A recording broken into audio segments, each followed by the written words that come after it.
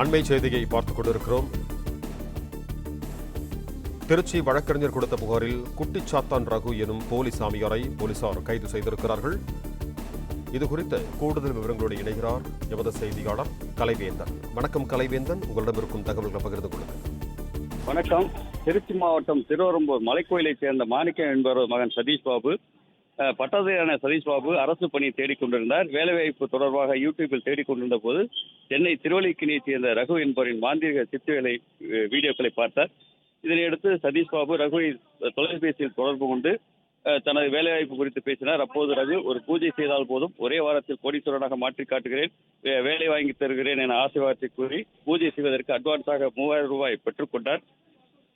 ஆசை வார்த்தையில் மயங்கிய சதீஷ் ஜிபே மூலம் பணத்தை கொடுத்தவுடன் இவர் ரகு சொன்னது போல் பூஜை நடத்தாமல் இவரது போன் அட்டன் செய்யாமல் இருந்து வந்துள்ளார். இது தான் ஏமாற்றப்பட்டதை உணர்ந்த சதீஷ் பாபு இது குறித்து திருவெரும்பூர் காவல் நிலையத்தில் புகார் அளித்தார். புகாரின் பேரில் ரகு மீது 4 பிரிவுகளின் வழக்கு பதிவு செய்யப்பட்டு தற்போது அவர் கைது செய்யப்பட்டு அடைக்கப்பட்டுள்ளார்.